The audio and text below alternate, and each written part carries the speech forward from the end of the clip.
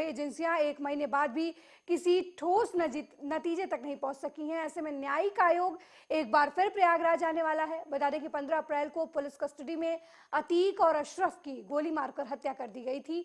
Police custody में हुई वारदात में कानून व्यवस्था के मुद्दे पर गंभीर सवाल खड़े किए गए थे। हत्याकांड की जांच करने का जिम्मा जस्टिस डीबी भोसले की अध्यक्षता में न्यायिक आयोग को सौंपा गया था। जस्टिस डीबी भोसले चारों सदस्यों के साथ प्रयागराज पहुंचने वाले हैं। अतीक अशरफ हत्याकांड की जांच उत्तर प्रदेश पुलिस की 2 एसआईटी भी कर रही हैं। 2 एसआईटियों के अलावा न्यायिक आयोग का भी गठन किया गया है। न्यायिक आयोग का चेयरमैन जस्टिस डीबी भोसले को बनाया गया है। जस्टिस डीबी भोसले 4 अन्य सदस्यों के साथ अतीक अशरफ हत्याकांड की जांच कर रहे हैं। प्रयागराज आने के बाद न्यायिक आयोग घटनास्थल पर जांच पड़ताल करेगा।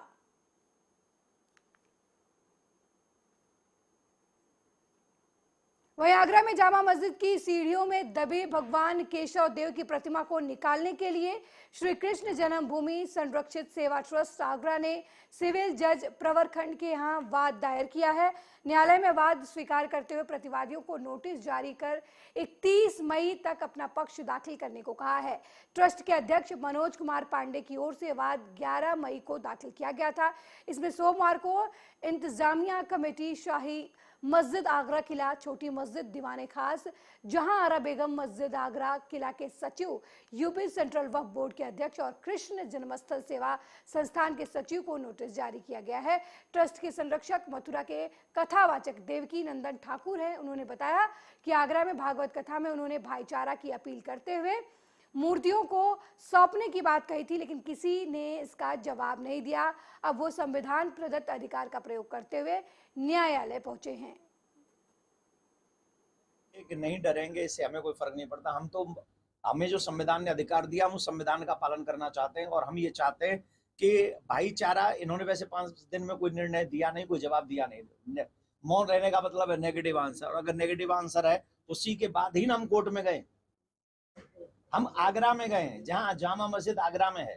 किस किस को पार्टी बनाया, किसको दिया नोटिस? ये सारे लीगल क्वेश्चनों के आंसर हमारे जज साहब आपको देंगे, तो वकील साहब आपको देंगे, जो हमारी लीगल टीम है वो देगी। तो मैं चाहूंगा कि आप जो वैसे क्वेश्चन है आप मुझसे पूछ लें, उसके बाद लीगल क्वेश्चन हमारे वकील साहब। वो डरेंगे कि नहीं डरेंगे, इससे हमें कोई फर्क नहीं पड़ता।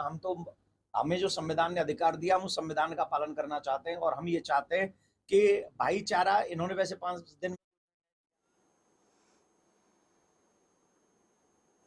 अगली खबर मुरादाबाद से है, जहां सोलर पैनल चोर गिरोह के एक सदस्य को पुलिस ने गिरफ्तार किया है। साथ ही 28 सोलर पैनल और पिकअप भी बरामद किया है। थाना ठाकुरद्वारा इलाके में पुलिस ने इन चोरों को गिरफ्तार किया है। पुलिस को काफी दिनों से इनकी तलाश थी। सूरजनगर थाना ठाकुरद्वारा में सूरजनगर चौकी है, जहाँ पे खेरुल्लापुर गांव है। वहाँ पे पिछले 4 मई को एक खेत से ट्यूबवेल से सोलर पैनल की चोरी हुई थी। करीब 6 सोलर पैनल चोरी किए गए थे। उसी की चोर की तलाश में पुलिस लगी हुई थी। तो पुलिस को एक सूचना मिली कि चोर का मूवमेंट है इस क्षेत्र में, तो पुलिस द्वारा सूरजनगर क्षेत्र में आज चेकिंग की जा रही थी। चेकिंग के दौरान जो हमें अभियुक्त पकड़ा गया उसका नाम अनिल कुमार है, और उसके पास से हमने मौके से 28 सोलर पैनल बरामद किए। पिछले कुछ दिनों में जब इससे पूछताछ की तो इसने बताया कि इन्होंने 14 सोलर पैनल एक जगह जसपुर से चोरी किए थे। उसके अलावा 8 सोलर पैनल जसपुर में ही एक अन्य गांव है जसपुर वहाँ मुरलीवाला, वहाँ पे चोरी किए गए थे। तो टोटल इसके पास 28 सोलर पैनल थे और इसका पहले भी आपराधिक इतिहास। वहीं लखनऊ प्रयागराज मार्ग पर अनियंत्रित तेज रफ्तार कार ने सड़क किनारे खड़े 2 सगे भाइयों को रौंद दिया। मामला उचाहर थाना क्षेत्र के बाबूगंज स्थित पेट्रोल टंकी के पास का है, जहां अनियंत्रित तेज रफ्तार कार पेड़ से टकराती हुई सड़क किनारे खड़े 2 भाइयों रवि मिश्रा और आशु मिश्रा को रौंद दिया।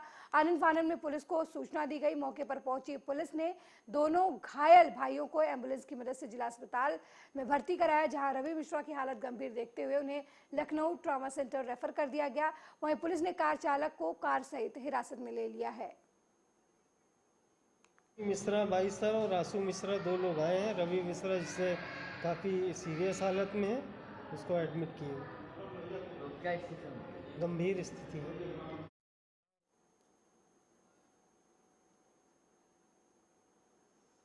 वहीं रायबरेली के कलेक्ट्रेट परिसर में उस वक्त हड़कंप मच गया जब अचानक दमकल की गाड़ियां सारन बजाती हुई पहुंची। जिलाधिकारी दफ्तर के ठीक बगल में गाड़ी रुकी और दमकल कर्मी फुर्ती से नीचे कूदने लगे। नीचे उतरकर पानी की पाइप लाइन बिछाई और तभी एक दमकल कर्मी कंधे पर एक व्यक्ति को बेहोशी की हालत में लाता नजर आया। चारों तरफ आशंकाओं से घिरे लोगों का जमावड़ा लगने लगा। लोगों ने तब राहत की सांस ली जब उन्हें पता चला कि यहाँ कोई आग नहीं लगी है बल्कि मॉक ड्रिल चल रहा है। दरअसल गर्मी में आग लगने की संभावनाओं को देखते हुए जिलाधिकारी माला श्रीवास्तव के निर्देशन में सभी अधिकारियों की मौजूदगी में फायर का एक मॉक ड्रिल चलाया गया। जिलाधिकारी महोदया के निर्देश पर जनपद के सभी जनपद स्तरीय विभागों के अधिकारियों कर्मचारियों को इकट्ठा करके कलेक्ट्रेट परिसर में एक फायर की मॉक ड्रिल आयोजित की गई कि कैसे आग लगने पर लोग अपना बचाव करें, क्या करें जिससे आग लगे न, और लगने पर कैसे तत्काल उस पर प्रभावी नियंत्रण पाते हुए जनधन की क्षति को न्यूनतम कर सकें। इसके लिए मॉक ड्रिल की गई थी और लोगों को किन कारणों से आग लगती है और ये सारी चीज़ों के बारे में विस्तार से बताया गया तथा कैसे आग बुझाई जाती है। रसोई गैस की आग, इलेक्ट्रिकल इक्विपमेंट में लगी आग या डीजल पेट्रोल में लगी आग, ये सारी चीज़ों के बारे में उनको डिमॉन्स्ट्रेशन देते हुए और उपस्थित लोगों के ही माध्यम से आग। वहीं पश्चिम बंगाल की मुख्यमंत्री ममता बनर्जी ने कर्नाटक में कांग्रेस की जीत पर बयान दिया है। उन्होंने कहा कि जहां भी कोई क्षेत्रीय राजनीतिक दल मजबूत है वहां बीजेपी नहीं लड़ सकती। जो दल किसी क्षेत्र विशेष में मजबूत है उन्हें मिलकर लड़ना चाहिए। मैं कर्नाटक में कांग्रेस का समर्थन कर रही हूं लेकिन उसे बंगाल में मेरे खिलाफ नहीं लड़ना चाहिए। I am not a magician and I am not at all an astrologer. I cannot say what will happen in future. But you are English and so I am speaking in English. My English is very poor. But I can tell you one thing, that please just see one thing. Wherever the regional party is strong, there BJP cannot fight. And where the peoples are very demoralized and frustrated and for the incumbency and all this, suppose Karnataka the vote is, it is against of the verdict of BJP government, if you see the verdict. So like this, people are antagonized. Atrocious is terrible. Economy has already ruined. वहीं बिहार के उप मुख्यमंत्री तेजस्वी यादव ने BJP पर जमकर हमला किया। उन्होंने बीजेपी पर हमला बोलते हुए कहा कि मैंने पहले ही कहा था कि हनुमान जी भाजपा से नाराज हैं। यह हार केवल बीजेपी और मोदी जी की हार नहीं बल्कि पूंजीवाद की हार है, उनके सभी सहयोगियों की हार हुई है।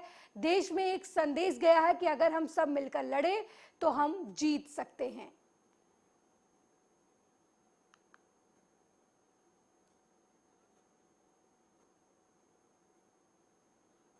आप एक बात समझिए, हम तो पहले ही बोले ना कि हनुमान जी नाराज हैं भाजपा पे।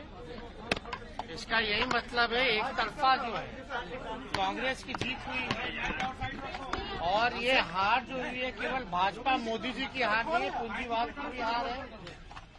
उनकी जितने सहयोगी हैं, चाहे जो भी जांच एजेंसियां हो या जो भी गोदी मीडिया हो, तो इनके साथ साथ सभी लोगों की हार है। और कहीं ना कहीं से देश भर में एक संदेश गया है कि पूरी मजबूती के साथ अगर हम लोग एकजुट होकर के लड़ें, जिसकी कवायद माननीय मुख्यमंत्री जी, लालू जी और हम सब लोग कर रहे हैं कि सभी लोगों को गोलबंद करके हम लोग चुनाव लड़े और जीते। हम लोगों की कोई इच्छा नहीं है, पहले भी हम लोगों ने बताया, ना प्रधानमंत्री बनने की ना मुख्यमंत्री बनने की। हम लोगों का एकमात्र लक्ष्य है कि देश में जनता के लिए काम होना चाहिए, गरीबी के लिए काम होना चाहिए, बेरोजगारी हटाने के लिए काम होना चाहिए, महंगाई कम करने के लिए काम होना चाहिए, किसान मजदूर सैनिकों के लिए काम होना चाहिए, जवानों के लिए काम होना चाहिए, जो आम व्यक्ति है उनके लिए काम होना चाहिए। वहीं रायबरेली में हत्या को आत्महत्या बताने पर आक्रोशित परिजनों ने पुलिस अधीक्षक को घेरा। मामला महाराजगंज कोतवाली क्षेत्र के पूरे फेरू सिंह गांव का है, जहां पर 6 तारीख को 12 साल के सत्यम नाम के बच्चे का शव गांव के बाहर जंगल में फांसी के फंदे से लटकता हुआ पाया गया। परिजनों ने अपने बेटे की हत्या का आरोप लगाते हुए थाने में तहरीर दी, लेकिन महाराजगंज थाने की पुलिस ने घटना को आत्महत्या बता दिया। इसी से नाराज होकर परिजनों ने पुलिस अधीक्षक कार्यालय पहुंचकर प्रदर्शन किया। परिजनों का कहना है कि उनके बेटे की हत्या हुई और जब तक उन्हें न्याय नहीं मिल जाता तब तक वो पुलिस अधीक्षक कार्यालय में ही धरना देंगे। मेरा गांव पूरे फेरू सिंह का पुरवा है, थाना महाराजगंज, जिला रायबरेली। क्या हुआ? मेरे बच्चे की हत्या कर दी गई है।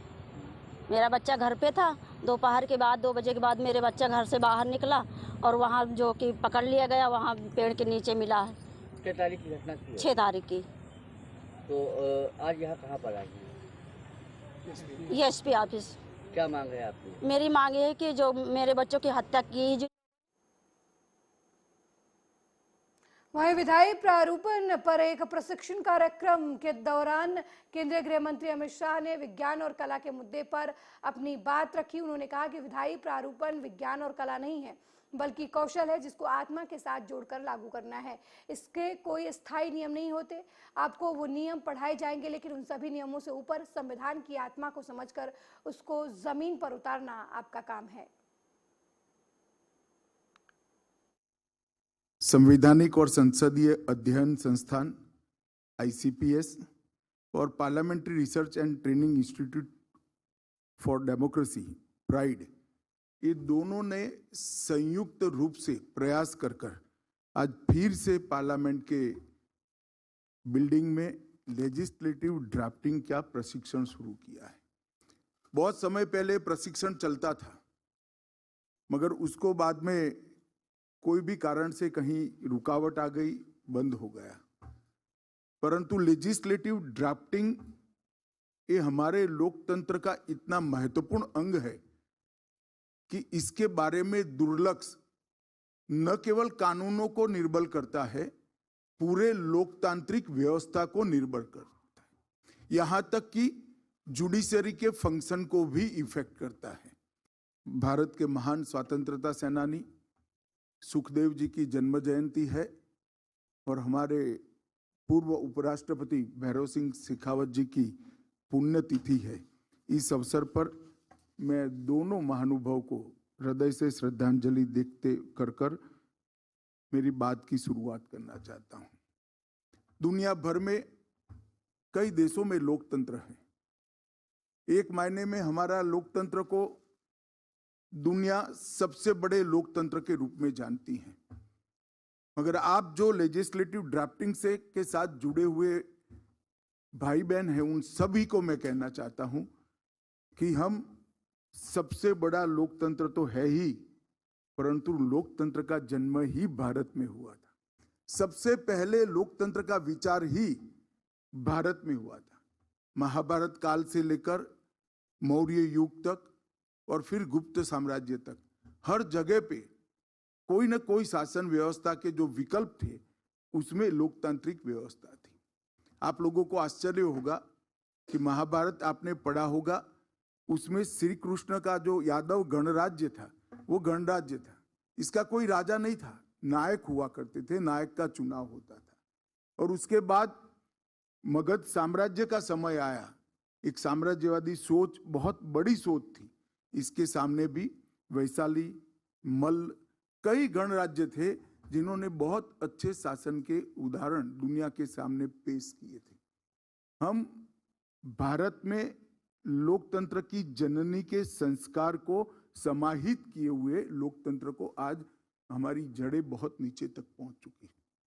हमारे संविधान निर्माताओं ने इतनी अच्छी तरीके से संविधान बनाया है कि ये संविधान को एक प्रकार से दुनिया का सबसे परिपूर्ण संविधान माना जाता है, क्योंकि हमारे संविधान निर्माताओं ने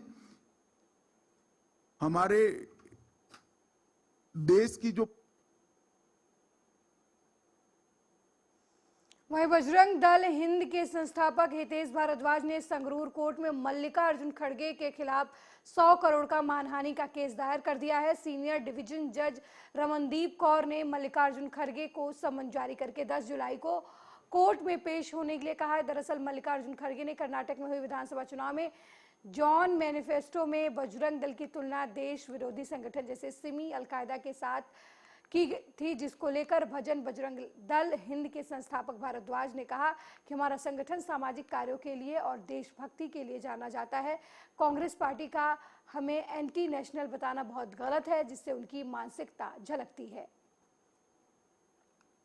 हितेश भारद्वाज जी हैं जो एक नेशनल प्रेसिडेंट है, उन्होंने ना एक केस डाला है। जो नेशनल प्रेसिडेंट हैं कांग्रेस के, उनके ऊपर 100 करोड़ रुपए का डेफामेशन का सूट फॉर लिक्विडेट एक डैमेज होता है वो दायर किया है। ये ऐसे है जी, इन्होंने ना इलेक्शन जो हो चुके हैं कर्नाटक में, एक इलेक्शन मैनिफेस्टो जारी किया है।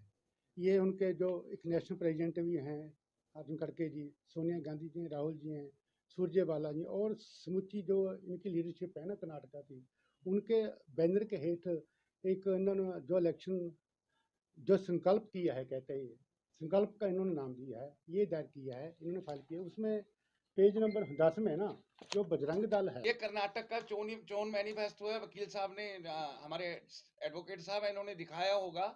तो इसके मैनिफेस्टो के पेज नंबर 10 के अंदर में इन्होंने स्पेसिफिक मेंशन किया कि अगर हमारी सरकार आती है, अगर कहीं वहां कर्नाटका स्टेट के प्रेसिडेंट ने किया हुआ था तो हमें वो करने की जरूरत नहीं। ऑल इंडिया का प्रेसिडेंट मल्लिकार्जुन खड़गे इस तरह की ओपन मंच के ऊपर में बात कर रहा है, तो कांग्रेस का जो घिनौना चेहरा, हिंदू विरोधी चेहरा जो है वो बेनकाब हुआ है।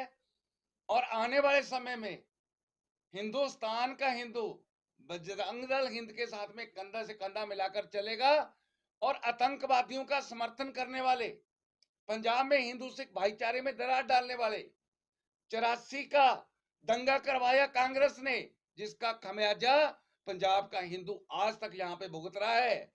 और ये कांग्रेस की शुरू से ये चाल रही है कि धर्म के आधारित ये राजनीति करते हैं, पर अब जो है हिंदुओं के मान सम्मान को, बजरंग दल को एक आतंकवादी संगठन कह करके उनकी तुलना पीएफआई से करनी, आने वाले दिनों में भारत का हिंदू समाज इसका एकजुटता से इनका मुंह तोड़ जवाब। वहीं कानपुर देहात के रूरा में रेलवे ओवरब्रिज निर्माण कार्य में लगे हाइड्रा की चपेट में आने से एक वृद्ध महिला की दर्दनाक मौत हो गई। घटना के बाद हाइड्रा का ड्राइवर मौके से फरार हो गया। वहीं घटना की सूचना पर रूरा पुलिस मौके पर पहुंची और शव को कब्जे में लेकर पोस्टमार्टम के लिए भेज दिया। मिली जानकारी के मुताबिक रूरा थाना क्षेत्र के भिखनापुर गांव में की रहने वाली रजोला पांडे दांत दर्द होने पर डॉक्टर को दिखाने जा रही थी। जैसे ही रजोला पांडे रूरा क्रॉसिंग के बगल से गुजर रही थी, उसी दौरान वहां रेलवे ओवरब्रिज निर्माण कार्य कर रहे हाइड्रा के टायर के नीचे आ गई, जिससे दबकर उनकी मौके पर ही मौत हो गई। वो मेरी माता जी आ रही थी वो दांत का इलाज करवाने, तो वही मतलब आते समय आगे वाला यही पुल का निर्माण होते जो है, तो क्रेन का पहिया उनके ऊपर चढ़ गया। वो लीड लगाए हुए था ड्राइवर उस मतलब सब लोग चिल्लाए, लेकिन उसने कुछ भी नहीं सुना और फरार हो गया। आगे से चढ़ा दी कि पीछे? नहीं, आगे से मतलब आगे वाला पहिया वो आगे थी और उन्हीं के ऊपर चढ़ा दिया। वो गाड़ी में पुल बन रहा, वो गाड़ी वाला चढ़ा दी ने। किसके ऊपर? मेरी माँ पर। अच्छा, वो क्या करने जा रही थी? दांत पिराते थे, दवा लेने जा रही थी। कहाँ पे हादसा हुआ है? ये स्कूल तन। फिर ड्राइवर पकड़ा गया मौके पे? ड्राइवर भाग गया। पुलिस पहुंची थी? पुलिस पहुंची तो पहुंची है, बात के पहुंची है, तो वहीं खत्म हो गई है? हाँ ठीक, यहाँ पर। पुलिस क्या कह रही है? अब पुलिस अब देखो क्या करे आगे का, कोई सोचना नहीं है ना, आगे कुछ कर रही है। वो गाड़ी में पुल बन रहा, वो गाड़ी वाला चढ़ा दी ने।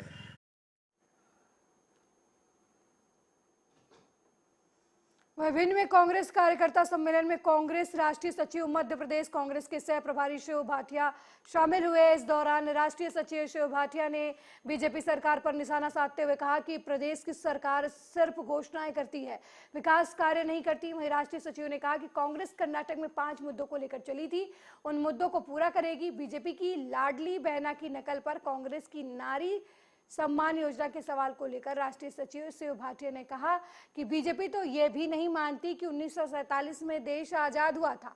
वो तो कहती है कि 2014 में देश आज़ाद हुआ। वो हमें राष्ट्रवाद सिखा रहे हैं, जिनके कार्यालय पर 52 साल राष्ट्रीय ध्वज नहीं लगा।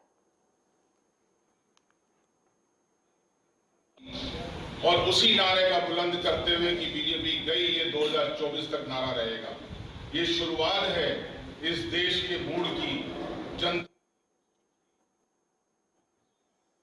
वहीं अनियंत्रित तेज रफ्तार कार सवार ने बाइक सवार को टक्कर मार दी। इस दुर्घटना में बाइक सवार महिला समेत 3 लोग गंभीर रूप से घायल हो गए। मामला उचाहर थाना क्षेत्र के ओवरब्रिज का है, जहां पर सामने से आ रही तेज रफ्तार स्विफ्ट कार ने बाइक सवार को टक्कर मार दी। स्थानीय लोगों की सूचना पर पहुंची एम्बुलेंस ने घायलों को उचाहर CHC पहुंचाया, जहां उनका प्राथमिक उपचार किया जा रहा है।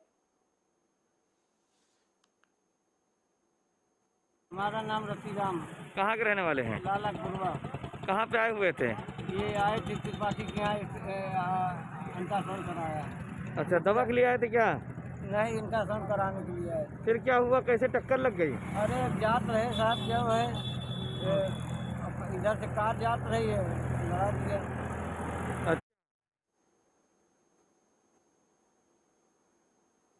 मेरे साथ इस बुलेटिन में फिलहाल इतना ही। देश दुनिया की तमाम खबरों को देखने के लिए देखते रहिए आर्या न्यूज।